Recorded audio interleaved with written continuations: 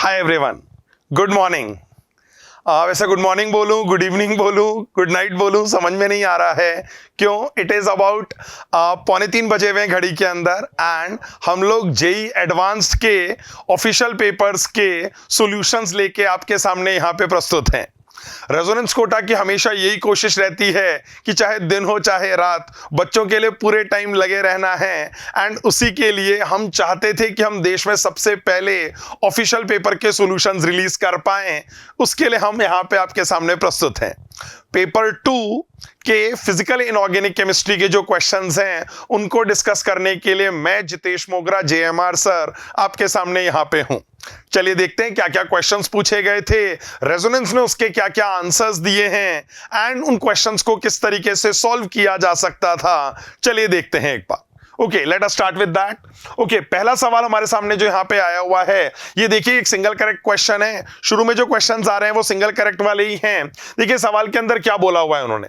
They are talking about during sodium nitroprusside test. आपको पता होगा ये क्वालिटेटिव एनालिसिस एनायन के अंदर बहुत कॉमन टेस्ट होता है सल्फाइड आयन के लिए। तो वही बात उन्होंने करी है। उन्होंने बोला है जब हम सल्फाइड आयन को टेस्ट करते हैं सोडियम नाइट्रोप्रोसाइड मिला के, तो आपसे ये पूछा जा रहा है कि जो अपने पास लिगेंड्स होते हैं वो किसमें कन्वर्ट होकर आ जाएंगे, ये वाली बात आपको बतानी। देखिए जो केमिकल रिएक्शन होता है इस केस में, that is sulphide ion combines with nitroprusside ion, और वो इस तरीके के आयन में कन्वर्ट हो जाता है जिसके कारण हमारे पास पर्पल या वॉयलेट कलरेशन ऑब्टेन होकर आता है। अब आपको यहां पे नजर आ रहा होगा कि आपका जो NO+ वाला आयन था वो कन्वर्ट हो चुका है, और वो कौन से आयन में कन्वर्ट हो चुका है? NOS चार्ज माइनस आयन के अंदर कन्वर्ट हो चुका है। This is thionitrito ion. ठीक है, अगर हम इसके बारे में बात करें तो यहां पे ए ऑप्शन के अंदर लिखा हुआ है, A option should be the correct answer of this question. वैसे देखिए क्वालिटेटिव एनालिसिस एनसीईआरटी के अंदर तो नहीं है, लेकिन लैब मैनुअल के अंदर सॉल्ट एनालिसिस नाम से इस टाइप का चैप्टर दिया हुआ है, वहीं से ये क्वेश्चन बेस्ड है and we can simply see that level of the question can be considered as easy. बहुत कॉमन टेस्ट है सल्फाइड आयन के लिए एंड हम बच्चों को ये वाली बात बता भी रहे होते हैं कि लिगेंड इससे इसमें परिवर्तित होकर आ जाता है। चलिए अगले क्वेश्चन के ऊपर मूव करते हैं। नेक्स्ट जो हमारे पास क्वेश्चन आ रहा है, देखिए आपको यहाँ पे 3 कंपाउंड्स दिए हुए हैं, आपसे पूछा हुआ है इनका कंप्लीट हाइड्रोलिसिस करवा दें और आपसे बोल रहे हैं कि प्रोडक्ट क्या क्या बनकर आएंगे वो देखना है। अब आप देखिए तीनों जो कंपाउंड्स हैं ये इंटरहैलोजन कंपाउंड्स हैं। इसका मतलब कहीं ना कहीं inorganic chemistry class 12th P block वाला जो पोर्शन है हैलोजन नोबल गैस फैमिली वाले पोर्शन से ये वाला क्वेश्चन लिया गया है। देखिए यहाँ पे ये सारे स्पीशीज है, जब हम इनका हाइड्रोलिसिस करवाएंगे तो पानी के साथ रिएक्शन कंसिडर किया गया है। अब देखिए इसको सॉल्व कैसे किया जा सकता था। बेसिकली आपको पता है जैसे ICl है, ये 2 भागों में इमेजिन किया जा सकता है, I+ और Cl- एज पर द इलेक्ट्रोनेगेटिविटी वैल्यूज। अगर ऐसा है तो याद रखने वाली बात है कि जब भी इंटरहैलोजन कंपाउंड्स का हाइड्रोलिसिस होता है तो जो अपने पास में नेगेटिवली चार्ज्ड आयन होता है वो हाइड्रा एसिड बना लेता है, दैट यू कैन सी, और जो पॉजिटिवली चार्ज्ड आयन है वो सेम ऑक्सीडेशन स्टेट में ऑक्सी एसिड बना लेता है। ऐसा यहां पे आपको दिख रहा होगा, देखिए I+ ने ऑक्सी एसिड बना लिया HOI। ठीक है, इसके कॉरस्पॉन्डिंग हमारे पास जो आयन अवेलेबल होएगा दैट इज OI-। सेम फंडा BrF5 के अंदर भी अप्लाई कर सकते हैं। यहां पे भी अपने को जो पॉजिटिवली चार्ज्ड आयन मिलेगा that is going to be Br5+, और अगर Br5+ की बात करें तो उससे जो ऑक्सो एनायन बनकर आएगा that is BrO3 charge minus. यहां पे भी अगर हम पॉजिटिवली चार्ज्ड आयन को देखें then that is Cl charge 3+, उससे जो ऑक्सो एनायन बनकर आएगा that is going to be ClO2 charge minus. अब अगर हम यहां पे इन आयंस के ऑप्शंस के कॉरस्पॉन्डिंग बात करें तो हम देख सकते हैं ए ऑप्शन सही निकल कर आ रहा है। This is going to be the correct answer of the question. 3 compound का हाइड्रोलिसिस जरूर इन्वॉल्व था, लेकिन आपको दिख रहा होगा एक रूटीन प्रोसेस उन्होंने यूज किया है रिएक्शंस के अंदर, बहुत ज्यादा टिपिकल रिएक्शन इन्वॉल्व नहीं है। फिर भी चलिए 3 कंपाउंड्स इन्वॉल्व हैं एंड आपको आयंस की फॉर्म में आंसर को रिपोर्ट करना था, तो I would consider this question as moderate. ठीक है, चलिए नेक्स्ट क्वेश्चन के ऊपर आते हैं। देखिए यहां पे केमिकल बॉन्डिंग से रिलेटेड इंटरमोलिकुलर फोर्सेस वाली जो बात है उससे रिलेटेड यहां पे कुछ स्टेटमेंट्स दिए गए हैं। चलिए देखते हैं इन स्टेटमेंट्स में कौन कौन से सही हैं, कौन कौन से गलत हैं। मल्टीपल करेक्ट क्वेश्चन ये आपको दिया हुआ है। मल्टीपल करेक्ट क्वेश्चन के अंदर चलिए एक एक करके स्टेटमेंट पढ़ते हैं। इन्होंने बोला हुआ है the potential energy between 2 point charges. आप में से कई लोगों को पता होगा ये जो पोटेंशियल एनर्जी होती है this is seen to be inversely proportional to R। दूसरी बात अगर मैं बोलूं, यहां पे देखिए इन्होंने बोला हुआ है क्या, approaches zero more rapidly then the potential energy between a point dipole and a point charge as the distance between them approaches infinity।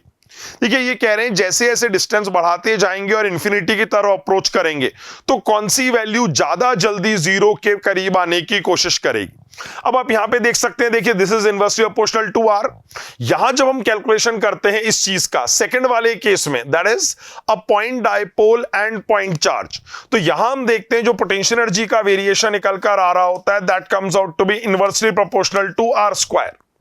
अगर ऐसा है तो can I simply say that R square वाली टर्म के कारण ये वाली value ज्यादा जल्दी जीरो को अप्रोच करेगी as compare to the first वाली टर्म। अगर आप देख पा रहे हैं कि दूसरी वाली टर्म ज्यादा जल्दी जीरो को अप्रोच करेगी, जबकि उन्होंने पहले वाली टर्म को ज्यादा जल्दी जीरो को अप्रोच करने की बात करी है, इसका मतलब ए वाला स्टेटमेंट कैसा हो जाएगा, गलत होकर आ जाएगा। चलिए यहां पे सेकंड स्टेटमेंट की बात करते हैं।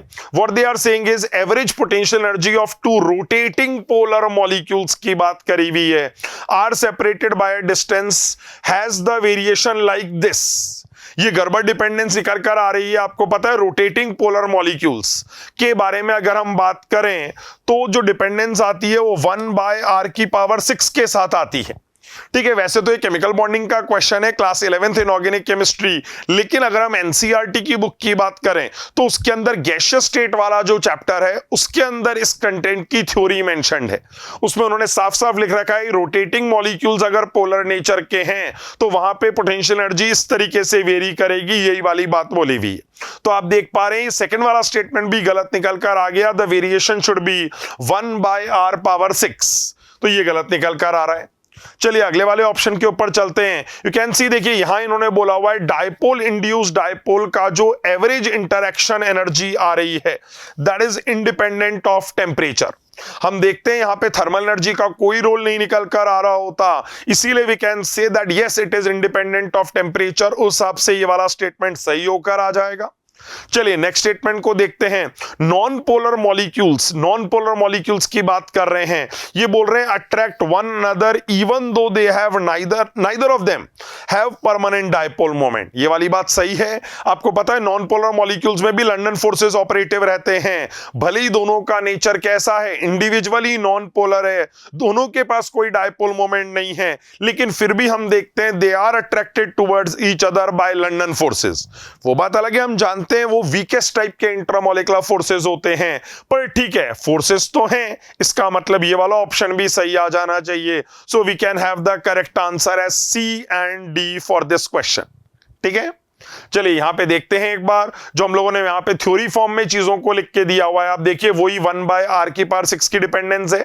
यहां आप देख सकते हैं सेपरेशन एनर्जी पॉइंट चार्ज और डायपोल के बीच में ज्यादा जल्दी जीरो के बराबर होकर आएगी, जबकि उन्होंने बोला था कि 2 पॉइंट चार्जेस के केस में ज्यादा जल्दी जीरो अप्रोच होकर आएगी, तो वो स्टेटमेंट गलत है।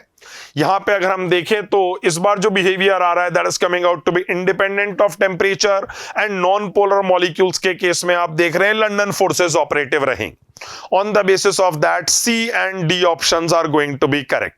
अगर मैं लेवल ऑफ द क्वेश्चन की बात करूं तो इस क्वेश्चन का लेवल हम लोगों को टफ मानना चाहिए। वैसे एनसीईआरटी बेस्ड है, लेकिन कई बार बच्चा इतनी सारी थ्योरी याद नहीं कर रहा होता। केमिकल बॉन्डिंग उसे एक लॉजिकल चैप्टर लगता है और उसको ऐसा लगता है कि इसके अंदर याद करने की जरूरत नहीं है। हाँ, पर अगर आपने ये सारे स्टेटमेंट्स को या तो प्रॉपर्ली समझा हुआ है या इनको एनसीईआरटी से याद किया हुआ है, तभी आप ये क्वेश्चन को कंफर्टेबली सॉल्व कर सकते थे। ठीक है, चलिए नेक्स्ट क्वेश्चन के ऊपर चलते हैं। अगले सवाल जो है ये हल्का सवाल है। यहां पे देखिए आपसे पूछा हुआ है किस किस कंपाउंड के अंदर पीएच बॉन्ड है, मल्टीपल करेक्ट के अंदर आपको उसको आंसर करना है। देखिए सारे के सारे वेल नोन मॉलिक्यूल्स हैं, इनके स्ट्रक्चर्स देखते हैं और फिर एक बार आंसर करने की कोशिश करेंगे। देखिए ये रहे इनके सारे के सारे structures. This is phosphoric acid, आपको पता है इसके अंदर कोई पीएच बॉन्ड नहीं होता। देन ये फॉस्फरस एसिड है, आपको पता है यहां पे देखिए एक पीएच बॉन्ड आ गया है। नेक्स्ट बात कर रहा हूं पायरोफॉस्फरिक एसिड के बारे में। कई लोगों को ये वाली बात ध्यान होगी, इसी के 2 मॉलिक्यूल्स ले लो एंड उसमें से एक पानी को माइनस कर दो तो ये वाला मॉलिक्यूल बनकर आ जाता है। आप देख रहे हैं यहां पे भी एक भी पीएच बॉन्ड अवेलेबल नहीं है। नेक्स्ट अगर मैं बात कर रहा हूं H3PO2 के बारे में, दिस इज हाइपोफॉस्फोरस एसिड, यहां आप देख सकते हैं दो दो पीएच बॉन्ड होंगे। उन्होंने यही पूछा है कितने मॉलिक्यूल्स इनमें ऐसे हैं जिनमें पीएच बॉन्ड होता है, तो आप देख पा रहे हैं एक तो फास्फोरस एसिड, एक हाइपोफॉस्फोरस एसिड निकल कर आ रहा है। फास्फोरस का इसके अलावा एक और ऑक्सी एसिड होता है जिसके अंदर पीएच बॉन्ड प्रेजेंट होता है, दैट इज ऑब्टेन्ड कैसे? अगर हम यहां पे क्या काम कर दें, जो फास्फोरस एसिड है इसके भी दो मॉलिक्यूल्स लेके इसमें से एक पानी रिमूव कर दें, then the acid that we obtain is H4P2O5। इसके अंदर भी हम देखते हैं क्या प्रेजेंट होता है, पीएच बॉन्ड्स प्रेजेंट होते हैं, पर ये ऑप्शन के अंदर नहीं है। तो corresponding to the given options हम देख सकते हैं यहां पे बी वाले कंपाउंड में पीएच बॉन्ड है, एंड देन हम फर्दर बोल सकते हैं यहां पे कि डी वाले कंपाउंड के अंदर भी पीएच बॉन्ड है। आंसर में यहां पे थोड़ी सी टाइपिंग मिस्टेक होकर आ गई है। The correct answer should be B and D, these are the compounds which are having PH bond. ठीक है। हाँ, अगर मैं लेवल ऑफ द क्वेश्चन की बात करूं, class 11th inorganic chemistry chemical bonding का क्वेश्चन है, and I would rank the question as easy. भले ही मल्टीपल करेक्ट सवाल है, लेकिन ये वेल नोन स्ट्रक्चर्स हैं और कई बार बच्चों को ये वाली चीज केमिकल बॉन्डिंग में, देन आयनिक इक्विलिब्रियम में, देन रेडॉक्स रिएक्शंस पढ़ाते टाइम बताई जाती है कि इस एसिड की जो बेसिसिटी होती है दैट इज 1, इस वाले एसिड की जो बेसिसिटी होती है दैट इज 2। क्यों? क्योंकि सिर्फ वही हाइड्रोजन एसिडिक नेचर के होते हैं जो ऑक्सीजन के थ्रू फास्फोरस से जुड़े होते हैं, बाकी हाइड्रोजन एसिडिक नहीं होते। उस चीज को अगर हम कंसीडर करेंगे तो we can have B and D as the correct answer. ठीक है, चलिए नेक्स्ट क्वेश्चन के ऊपर मूव करते हैं। देखिए अगला सवाल जो है वो सॉलिड स्टेट चैप्टर से है और हमारे पास न्यूमेरिकल टाइप क्वेश्चन स्टार्ट होकर आ चुके हैं। ठीक है, देखते हैं कैसा सवाल था। देखिए सॉलिड स्टेट चैप्टर वैसे मेंस के सिलेबस में नहीं है, लेकिन एडवांस ने हर साल उसके ऊपर सवाल पूछा हुआ है, और जो सवाल है वो बहुत ज्यादा मुश्किल सवाल नहीं आता है। चलिए देखते हैं इस बार कैसा सवाल था। आपसे देखिए डेंसिटी का कैलकुलेशन करने की बात करी जा रही है, and what they are saying is, ये लोग बोल रहे हैं कि सीसीपी स्ट्रक्चर बना हुआ है। देखिए सीसीपी मतलब एफसीसी वाला स्ट्रक्चर है, और हमसे ये बोल रहे हैं कि एक्सियल लेंथ आपको या एज लेंथ अगर इतने के बराबर दे रखी हो, एटॉमिक मास आपको दिया हुआ है, एवोगाड्रोस नंबर आपको यहां पे कंसीडर करना है। ठीक है, जेड की डेंसिटी की अगर हम बात करें तो देखिए दिस इज द फॉर्मूला। ठीक है, बड़ा बेसिक सा फॉर्मूला है। ठीक है, सॉलिड स्टेट के अंदर ये वाला फॉर्मूला पढ़ाया जाता है बच्चों को। यहां पे बस एक ही चीज थोड़ी सी मुश्किल है, दैट इज जेड। जेड क्या होता है? Z is actually effective number of particles per unit cell. अब हम देखते हैं अपने पास एफसीसी स्ट्रक्चर के अंदर जो जेड की वैल्यू निकल कर आती है that is 8 into 1/8 corresponding to the 8 corner atoms and 6 into half corresponding to the face centered atoms। अगर हम इसके हिसाब से बात करें तो Z 4 निकल कर आ जाएगा। डेंसिटी का कैलकुलेशन अगर आपको करना है तो आप Z की वैल्यू 4 पुट कर दें, यहां पे एटॉमिक मास यहां पे रख सकते हैं, Na की वैल्यू पुट कर देंगे। बस ये ध्यान रखना है कि A की वैल्यू को आपको यहां जो गिवन है that is given in picometer, आपको उसको सेंटीमीटर में यूज करना है। Why so? बिकॉज हमको डेंसिटी जो चाहिए वो ग्राम पर सेंटीमीटर क्यूब में चाहिए। देखिए अगर मैं A की वैल्यू को यहां पे सेंटीमीटर के अंदर पुट कर दूं तो हम देख रहे हैं सॉल्व करने के बाद डेंसिटी कितनी आ रही है, अप्रोक्सीमेटली 11 ग्राम पर सेंटीमीटर क्यूब के बराबर आ रही है। So the answer of this question should B 11। ठीक है, लेवल ऑफ द क्वेश्चन की अगर हम बात करें तो मैं इसको इजी रैंक करूंगा। यहां पे हम देख सकते हैं कि बिल्कुल एक बेसिक सा फॉर्मूला है, उसके बाद कुछ कैलकुलेशंस यहां पे करवाए हुए हैं और उससे रिजल्ट ऑब्टेन होकर आ जाता है। No complication at all involved in the question. ठीक है, चलिए नेक्स्ट वाले सवाल के ऊपर मूव करते हैं। क्वेश्चन नंबर 10 में देखिए ये सवाल आयनिक इक्विलिब्रियम का है। कई बच्चों को चैप्टर के नाम से ही डर लगता है, ऊपर से सोल्युबिलिटी वाला कॉन्सेप्ट इन्वॉल्व्ड है, तो कई बच्चे सवाल पढ़ के ही छोड़ देते हैं। देखिए सवाल उतना ज्यादा भारी है नहीं, देखते हैं एक बार सवाल के अंदर क्या क्या बातचीत होकर आई है। देखिए आपसे पूछ क्या रहे हैं, एक कंपाउंड है बेरियम आयोडेट, उसकी सोल्युबिलिटी के बारे में बात कर रहे हैं, and what they have told us कि हमारे पास एक बेरियम नाइट्रेट का इतना वॉल्यूम वाला सॉल्यूशन था, उसको हमने सोडियम आयोडेट के साथ मिक्स कर दिया, और आपको बताना है इस सॉल्यूशन के अंदर बेरियम आयोडेट की सोल्युबिलिटी क्या निकल कर आएगी, उसे प्रॉपर्ली एक्सप्रेस कर दें। साथ में आपको बेरियम आयोडेट के केएसपी का डेटा भी भी दिया हुआ है। चलिए देखते हैं सवाल कैसे सॉल्व करा सकता था। सबसे पहले तो देखिए अपन ने यहां पे क्या किया हुआ है, दो सॉल्यूशंस को मिक्स किया हुआ है, इसलिए रिजल्टिंग सॉल्यूशन में किस किस आयन की क्या क्या कंसंट्रेशन होगी ये अगर अपने को निकालना है तो हमको बेरियम आयन की कंसंट्रेशन ये मिल जाएगी, आयोडेट आयन की कंसंट्रेशन ये मिल जाएगी। देखिए आयोडेट का जो वॉल्यूम था वो ट्रिपल हो चुका है, इसलिए हमने उसकी कंसंट्रेशन को क्या कर दिया, 1/3 कर दिया। यहां पे अगर हम देखेंगे तो हमारे पास पता चलेगा this comes out to be the concentration. अब देखिए कंसंट्रेशन के हिसाब से अगर हम एनालिसिस शुरू करें तो हम देख सकते हैं इसका इतना अमाउंट है, इसका इतना अमाउंट है। आपको यहां पे पता है कि एज पर the amounts given to us हम देख सकते हैं ये कंपोनेंट लिमिटिंग रिएजेंट निकल कर आएगा, और अगर ये लिमिटिंग रिएजेंट है तो हम ये बोलेंगे ये बहुत कम मात्रा में बच रहा होगा, तो एस मैंने इसकी बची हुई मात्रा ही निकाल ली, and I am saying that this quantity is actually going to approach क्या, 0। आप देख सकते हैं बेरियम आयन जैसा कि मैं बोल रहा हूं तकरीबन पूरा खत्म होकर आएगा। क्या रिएक्शन के हिसाब से वो डबल आयोडेट आयन को खत्म कर देगा? हाँ, तो हम देख सकते हैं, देखिए ये रहा आयोडेट आयन का अमाउंट, हमने उस अमाउंट में से double the amount of barium ion को कंज्यूम करवा दिया। इस हिसाब से अगर आप देखेंगे, देखिए आयोडेट आयन बच गया है कितने के बराबर, इतने के बराबर बच गया है। बेरियम आयन कितना अवेलेबल है, एस के बराबर अवेलेबल है, आयोडेट इतना अवेलेबल हो गया। अब अगर इनकी वैल्यू हम केएसपी के एक्सप्रेशन के अंदर पुट कर दें, देखिए बेरियम आयन एस के बराबर पुट कर दिया गया है, आयोडेट आयन जो है वो 2 के बराबर पुट कर दिया गया है। यहां से हमारे पास क्या आ जाएगा, सोल्युबिलिटी की वैल्यू निकल कर आ जाएगी, this comes out to be the value.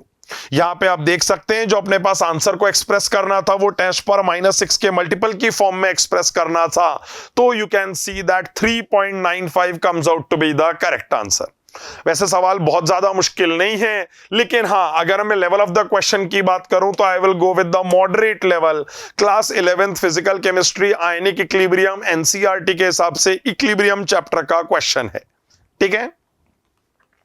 चलिए moving to the next question. देखिए ये जो क्वेश्चन है सरफेस केमिस्ट्री के ऊपर बेस्ड है।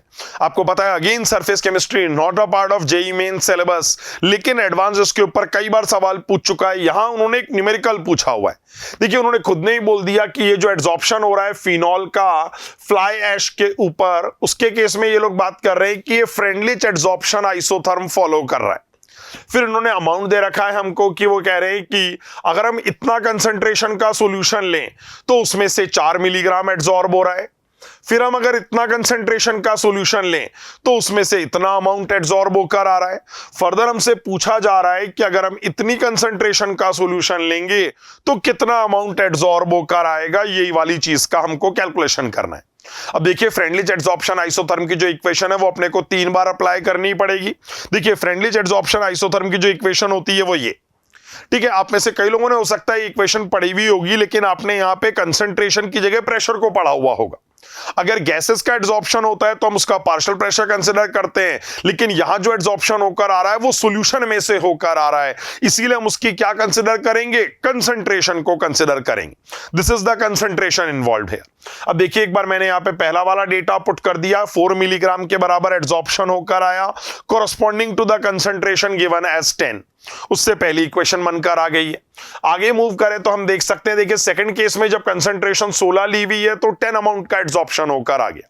दोनों इक्वेशंस जो बनकर आई हैं अगर हम उनका रेशो ले लें तो हम देखते हैं यहां से सॉल्व करने के बाद n की जो वैल्यू निकल कर आ जाती है वो आ जाती है हाफ, ठीक है। फिर हम क्या कर सकते हैं, यही n की वैल्यू को यूज करेंगे कब, लास्ट वाले डेटा के लिए। तो देखिए लास्ट वाले डेटा के अंदर अगर मैं बात करूं, देखिए मान लीजिए y अमाउंट एड्सॉर्ब हुआ है, वैसे आपको पता है यही निकालना है क्वेश्चन के अंदर कि कितना अमाउंट एड्सॉर्ब हुआ होगा, उसके कॉरस्पॉन्डिंग मैंने यहां पे इक्वेशन लिख ली है।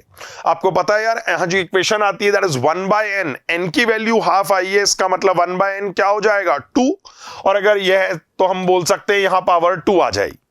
फिर मैं क्या कर सकता हूं, मैं ये जो इक्वेशन मेरे पास बनकर आई हुई है इसी इक्वेशन को क्या करूंगा, किसी और डेटा के साथ रिलेट कर लूंगा, जो 2 डेटा मुझे दिए हुए उन्हीं के साथ में। तो आप जो थर्ड वाली इक्वेशन है इसको सेकंड से अगर डिवाइड कर देंगे तो आप देखेंगे कुछ तरीके की इक्वेशन बनकर आ जाती है। यहां से सॉल्व कर रहे हैं तो जो y की वैल्यू निकल कर आ रही है दैट इज 15.625। अगर यहां पे ट्रंकेट या राउंड ऑफ करके आंसर रिपोर्ट करेंगे तो आंसर 15.62 निकल कर आ जाएगा। That is going to be the answer according to us. Numerical value 15.62 should be the correct answer, ठीक है, अगेन क्वेश्चन की लंबाई थोड़ी सी डराने वाली थी, अदरवाइज सवाल बहुत ज्यादा मुश्किल नहीं है। हाँ, थोड़ा सा काम जरूर करना पड़ेगा, तब जाके आंसर निकल कर आएगा। That's why I am ranking the question as moderate. Class 12th physical chemistry का क्वेश्चन है, सरफेस केमिस्ट्री चैप्टर से रिलेटेड। ठीक है, चलिए नेक्स्ट बात करते हैं। यहां पे अगला सवाल जो हमारे सामने आ रहा है, that is a chemical kinetics question. ठीक है, chemical kinetics class 12th physical chemistry का चैप्टर है। देखिए सवाल के अंदर उन्होंने क्या बात बोली हुई है। देखिए उन्होंने बोला हुआ है A+R गिविंग प्रोडक्ट, ये हमारा केमिकल रिएक्शन। अगर हम इस रिएक्शन को नॉर्मल रेट लॉ के एनालिसिस से देखें तो इसका जो रेट निकल कर आ रही होती है, they are saying that that rate is actually related with this rate law. फिर इन्होंने अपने को क्या बोला हुआ है, देखिए क्वेश्चन में बोला हुआ है, at the start of the reaction the concentration of R, that is initial concentration of R, is 10 times the concentration of A. मतलब इसकी कंसंट्रेशन 10 गुना ज्यादा दी हुई है एज कंपेयर टू ए। हमसे पूछा जा रहा है, देखिए आगे क्या बोल रहे हैं। ये बोल रहे हैं कि देखिए अगर मैं ये बोलूं कि आर नॉट बहुत ज्यादा है as compare to A naught, तो हम ऐसा मान सकते हैं R naught will remain almost constant with the progress of the reaction. अगर ऐसा है तो हम बोल सकते हैं कि आर अगर ऑलमोस्ट कांस्टेंट रहने वाला है तो बताइए के इंटू आर नॉट को कंबाइन करके एक नया रेट कांस्टेंट डिफाइन कर सकते हैं क्या? शायद आपको पता होगा ये वाला जो कॉन्सेप्ट मैं बोल रहा हूं, ये सूडो फर्स्ट ऑर्डर रिएक्शन का कॉन्सेप्ट रहता है और इस सवाल में वही चीज इन्वॉल्व्ड है। देखिए उन्होंने खुद ने बोला हुआ है आगे, the reaction can be also considered to be a pseudo first order reaction with the assumption that K into R बराबर K डैश मान लो और कांस्टेंट मान लो। मैंने अभी भी आपसे बोला R बहुत बहुत ज्यादा है, इसीलिए हम मान सकते हैं कि वो ऑलमोस्ट कांस्टेंट रहेगा और उसका constant amount multiplied by the rate constant original can be assumed as the new rate constant. अब आपसे ये पूछा जा रहा है कि इस एजम्पशन को लेते हुए हम अगर 40% कंप्लीशन की बात करें तो what is going to be the relative error in percentage, हमसे ये पूछा जा रहा है। ठीक है, देखते हैं एक बार सवाल के अंदर क्या क्या चीजें इन्वॉल्व हैं। देखिए ये रहा हमारा original rate law. Original rate law के हिसाब से एट स्टार्ट क्या रेट थी हमारे पास में, तो we can simply say that एक की कंसंट्रेशन ए नॉट थी, एक की कंसंट्रेशन 10 टाइम्स ए नॉट थी, so this is the starting rate. हमें क्या बात करनी है, 40% कंप्लीशन की बात करनी है। 40% कंप्लीशन के बाद क्या स्थिति होगी, तो हमें ये पता है, देखिए एज पर स्टैचोमेट्री हम ये वाली बात बोल सकते हैं कि 40% कंप्लीट का मतलब ए नॉट का अमाउंट कंप्लीट होके बताइए कितना हो गया होगा, 0.6 ए नॉट हो चुका होगा। ऐसी अगर हम यहां पे बात करें किसके अमाउंट के बारे में, आर के अमाउंट के बारे में, तो वो भी सेम मात्रा से खत्म हो चुका होगा, इसलिए वो हो चुका है 9.6 ए नॉट। इस हिसाब से अगर हम R2 निकालते हैं, this comes out to be the value. देखिए ये ओरिजिनल कैलकुलेशंस है बिना सूडो फर्स्ट ऑर्डर को कंसीडर करते हुए।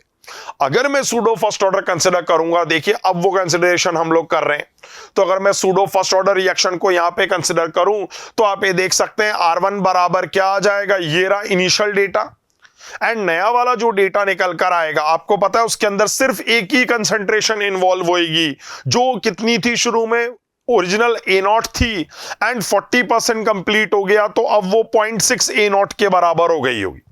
यहां से अगर हम देखते हैं, देखिए अपने पास में क्या करना है हमको, 0.6 ए नॉट तो एज इट इज है, मैंने के डैश की जो वैल्यू है वो यहां पे सब्स्टिट्यूट कर दी है। के डैश की वैल्यू क्या थी, के इंटू आर के बराबर थी एंड आपको पता है that value R should be actually 10 times A naught considering it to be remaining constant. वो पहले भी इतना ही था, वो अभी भी इतना ही है। इसके कोरस्पॉन्डिंग अगर हम सेकंड केस में रेट को कैलकुलेट करें तो हम देखते हैं रिजल्ट जो हमारे पास आ जाता है वो इतने के बराबर ऑब्टेन हो जाता है।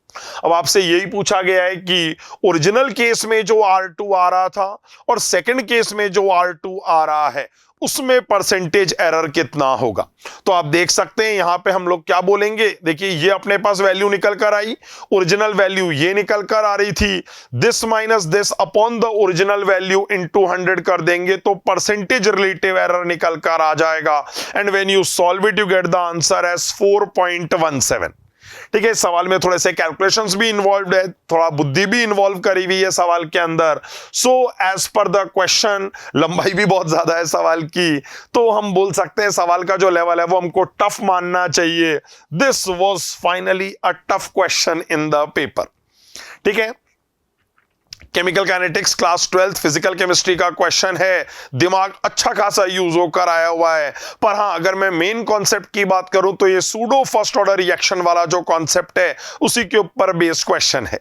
ठीक है, चलिए नेक्स्ट क्वेश्चन के ऊपर मूव करते हैं। अगला सवाल जो हमको दे रखा है, देखिए सॉल्यूशन चैप्टर के ऊपर बेस्ड है, class 12 physical chemistry. What they are talking about is, उन्होंने हमसे बोला है देखिए 300 केल्विन पे हमको एक सॉल्यूशन दिया हुआ है एंड ये कह रहे हैं कि ये कुछ ऑस्मोटिक प्रेशर एक्सर्ट कर रहा है, जिसे कैसे एक्सप्रेस कर दिया गया है, in terms of height express कर दिया गया है। देखिए प्रेशर को जब भी हम हाइट की टर्म में एक्सप्रेस करते हैं हमको पता है we use the formula H rho G. चलिए देखिए उसी के बारे में इन्होंने क्या है, हाइट हमको गिवन है क्वेश्चन के अंदर। आप देख लीजिए कंसंट्रेशन ऑफ द सॉल्यूशन जो है वो भी आपको दिया हुआ है यहां पे। एंड अगर हम बात करें फर्दर तो इन्होंने ये बोला हुआ है कि molar mass of the macro molecule कितना आएगा, अगर उसको ऐसे एक्सप्रेस कर दिया जाए तो एक्स की वैल्यू क्या निकल कर आएगी, यही कैलकुलेट करना है। ठीक है, तो बेसिकली आपको पता है ऑस्मोटिक प्रेशर को एक तो मैं एच रो जी के रूप में लिख दूंगा, एक मैं क्या लिख सकता हूं, ओरिजिनल फॉर्मूला CRT के बराबर भी लिख सकता हूं। उन दोनों बातों को कंसिडर करते हुए चलिए इसको सॉल्व करने की कोशिश करते हैं। देखिए ऑस्मोटिक प्रेशर पाई एक तो एच रो जी के बराबर हो गया, ऐसे ही CRT के बराबर हो गया। अगर हम वैल्यू सब्स्टिट्यूट करेंगे तो इस तरीके की इक्वेशन बनकर आ जाएगी। यहां से सॉल्व करके हम molecular mass of the compound निकाल सकते हैं जिसको डिसॉल्व किया गया है। सोल्यूट या मैक्रो मॉलिक्यूल जो था उसका मॉलिक्यूलर मास जो हमारे पास ऑब्टेन होकर आ रहा है वो इतने के बराबर ऑब्टेन होकर आ रहा है। यहां पे हम देखते हैं एक बार जो रिजल्ट अपने पास ऑब्टेन होकर आया, what they are talking about is, देखिए सवाल के अंदर बस इतनी सी बात के ऊपर आपको ध्यान देना है कि जो हमने कैलकुलेशंस आपको यहां पे दिए हुए हैं, देखिए जो रिजल्ट अपने पास ऑब्टेन होएगा that is going to be 2.49 into 10 की पावर 4। हमें 10⁴ के मल्टीपल के रूप में ही आंसर को रिपोर्ट करना है, तो जो हमारे पास आंसर निकल कर आ जाएगा that is going to be 2.49। ठीक है, ज्यादा मुश्किल सवाल नहीं था, लेकिन कई बच्चे ऑस्मोटिक प्रेशर को सिर्फ CRT के रूप में जानते हैं, हाइट की टर्म में बहुत अच्छे से नहीं जानते। वैसे आपको पता है फिजिक्स के अंदर भी आपको कई बार प्रेशर को एच रो जी की फॉर्म में रिलेट किया जाता है फॉर फ्लूइड्स, वही कॉन्सेप्ट यहां पे इन्वॉल्व किया हुआ है ऑस्मोटिक प्रेशर के साथ में। स्टिल अगर हम सवाल के बारे में बात करें, थोड़ा बहुत कैलकुलेशंस भी हैं, थोड़ा सा नया कॉन्सेप्ट भी इन्वॉल्व है, so we can rank the question as moderate. ठीक है, this is going to be the level of the question as per us. चलिए नेक्स्ट बात करते हैं। यहां पे एक और सवाल यहां पे दिया हुआ है, this is based on electrochemistry chapter. देखिए इस सवाल के अंदर उन्होंने क्या बोला हुआ है, उन्होंने बोला है कि हमारे पास एक इलेक्ट्रोकेमिकल सेल है, इसके अंदर क्या होकर आ रहा है, कंबस्शन ऑफ ब्यूटेन होकर आ रहा है। आपको पता है most of the reactions involving combustion of organic compounds come under the category of fuel cell. ये बेसिकली एक फ्यूल सेल है। कैसा फ्यूल सेल, ब्यूटेन ऑक्सीजन वाला फ्यूल सेल। इसी फ्यूल सेल का हमको क्या करना है, पोटेंशियल डिटरमाइन करना है। एंड हमको क्या दिया हुआ है, कुछ स्पीशीज का डेल्टा GF0 का डेटा दिया हुआ है। देखिए इसी टाइप का क्वेश्चन काफी साल पहले नीट या एम्स ने भी पूछा था, उसके अंदर उन्होंने पेंटेन की बात करी थी, एडवांस ने उसमें सिर्फ चेंज करके ब्यूटेन कर दिया है। चलिए देखते हैं एग्जैक्ट सवाल क्या था, कैसे कर सकते हैं। देखिए सबसे पहले मैंने यहां पे ब्यूटेन का कंबस्शन रिएक्शन आपके सामने लिख दिया है। अब अगर हम इस रिएक्शन का डेल्टा RG0 निकालना चाहें तो हम कैसे निकाल सकते हैं, हम बोल सकते हैं प्रोडक्ट की वैल्यू माइनस रिएक्टेंट की वैल्यू। देखिए O2 तो एलिमेंटल फॉर्म है इसलिए इसकी वैल्यू 0 हो जाएगी। What is this? Delta GF0 of the product. This is delta GF0 of the reactant. यहां से हम देख सकते हैं कि इन सब की वैल्यूज अपने को गिवन है, हमने यहां पे सब्स्टिट्यूट कर दिया, इससे इसलिए मल्टीप्लाई कर दिया ताकि रिजल्ट जूल्स में कन्वर्ट हो जाए। अब देखिए डेल्टा G0 का एक फॉर्मूला होता भी है इलेक्ट्रो के अंदर, हम जानते हैं that is simply minus N into F into E0। हाँ, N कैसे लिखा जाएगा that is the important thing. आप देखिए यहां पे हमारे पास में in total can you see कि हमारे पास जो नंबर ऑफ ऑक्सीजन एटम्स है that is 13 and her oxygen atom 0 से -2 के अंदर जा रहा है। तो बताइए 13 ऑक्सीजन एटम्स और हर में 2-2 इलेक्ट्रॉन इन्वॉल्व हैं, इसका मतलब total number of involve electrons will be 26। यहीं से अगर हम सॉल्व करें और प्रॉपर तरीके से आंसर को एक्सप्रेस कर दें then we get 105.5 as the correct answer. So this should be the correct answer of the question. देख रहे हैं आंसर जो आ रहा है that is coming out to be 105.5. इस सवाल की अगर हम बात करें, लेवल ऑफ द क्वेश्चन की अगर हम बात करें, तो I will consider the level as moderate. क्यों? क्योंकि कई बच्चों को यह पता ही होता है कि फ्यूल सेल है तो ओवरऑल रिएक्शन कंबस्शन रिएक्शन होगा, देन थोड़ा बहुत थर्मो इन्वॉल्व है और बाद में तो डेल्टा जी नॉट बराबर माइनस NF ई नॉट वाला कॉन्सेप्ट लग रहा है। हाँ, इंपॉर्टेंट बात बस थोड़ी सी ये थी कि नंबर ऑफ इलेक्ट्रॉन्स इन्वॉल्व कई बच्चों से ढंग से नहीं निकल कर आया था, that's why I am ranking the question as moderate. ठीक है, चलिए ये वाला क्वेश्चन भी होकर आ गया है। Class 12th physical chemistry electrochemistry chapter से ये वाला क्वेश्चन था। Moving to the next question, आपको यहां पे दो कॉम्प्लेक्सेस दिए हुए हैं, देखिए एक ये वाला कॉम्प्लेक्स है, एक ये वाला कॉम्प्लेक्स है। आपसे ये पूछा जा रहा है इन दोनों कॉम्प्लेक्सेस के अंदर स्पिन ओनली मैग्नेटिक मोमेंट का सम क्या निकल कर आएगा, ये वाली बात बतानी। अच्छी बात है कि दोनों के अंदर मैंगनीज +3 ऑक्सीडेशन स्टेट के अंदर है। देखिए ये रहा अपना कॉम्प्लेक्स मैंगनीज +3 में, लेकिन कोऑर्डिनेशन नंबर 6 के साथ लिगेंड कैसा है? SFL। हमें पता है साइनाइड स्ट्रॉन्ग फील्ड लिगेंड है, उसके कॉरस्पॉन्डिंग हम देख सकते हैं इलेक्ट्रॉनिक कॉन्फ़िगरेशन ऐसी आ जाएगी क्योंकि पेयरिंग होने लगेगी। पेयरिंग हो जाएगी तो you can see that 2 unpaired electrons available हैं, उसके कॉरस्पॉन्डिंग मैग्नेटिक मोमेंट आ जाता है 2.83 के बराबर। कई लोगों को ध्यान होगा मैग्नेटिक मोमेंट का जो रिलेशन होता है that is n into n+2 where n is the number of unpaired electrons. जब इसको सॉल्व करेंगे 2 अनपेयर्ड इलेक्ट्रॉन के कॉरस्पॉन्डिंग ये वाली वैल्यू आ जाती है। चलिए दूसरे कॉम्प्लेक्स को देखते हैं एक बार। दूसरा कॉम्प्लेक्स जो आपको दिया हुआ है, if you see that manganese वही ऑक्सीडेशन स्टेट में है, पर इस बार कोऑर्डिनेशन नंबर 6 के साथ वीक फील्ड लिगेंड है दैट इज ब्रोमाइड आयन। अगर हम इसके बारे में बात करें, देखिए इस बार कोई पेयरिंग नहीं होकर आएगी। अगर आप ध्यान दें तो हमें कुल मिला के 4 अनपेयर्ड इलेक्ट्रॉन नजर आ रहे हैं, जिसके कॉरस्पॉन्डिंग सेम फॉर्मूला अप्लाई करके म्यू की वैल्यू ये निकल कर आ जाएगी। दोनों वैल्यूज को अगर हम ऐड कर दें, we get 7.73 as the value obtained for the sum of spin only magnetic moments. ठीक है, अगर मैं लेवल ऑफ द क्वेश्चन की बात करूं तो I will consider the level as easy. Why? Because दोनों में सेंट्रल मेटल आयन भी सेम था, एक जगह बस स्ट्रॉन्ग फील्ड लिगेंड है, एक जगह वीक फील्ड लिगेंड है। बड़ी आराम से हम ये कॉन्सेप्ट जानते हैं, स्ट्रॉन्ग फील्ड लिगेंड के केस में पेयरिंग हो जाएगी, वीक फील्ड के केस में नहीं होगी। हाँ, ऑब्वियसली थोड़े से कैलकुलेशंस इन्वॉल्व है, पर वो आपको मैनेज करना ही पड़ेगा। Still the question should be ranked as easy according to me. ठीक है, that is it from our side. यहां पे हम देख रहे हैं कि सारे के सारे फिजिकल इनऑर्गेनिक केमिस्ट्री के क्वेश्चंस आपके सामने डिस्कस कर दिए गए हैं। थोड़ी देर पहले पेपर 1 के क्वेश्चंस डिस्कस करे थे, अब पेपर 2 के सारे फिजिकल इनऑर्गेनिक केमिस्ट्री के क्वेश्चंस आपके सामने डिस्कस हो चुके हैं। Now we are waiting for the official answer key to be released by JEE advance, ताकि हम देख सकें कि हमारे द्वारा प्रपोज्ड आंसर्स उनके आंसर्स के साथ मैच करते हैं या नहीं करते हैं। वैसे रेजोनेंस की हिस्ट्री रही हुई है कि most of the answers that we propose and they give match with each other. Let us see what happens this year. That is it. Thank you.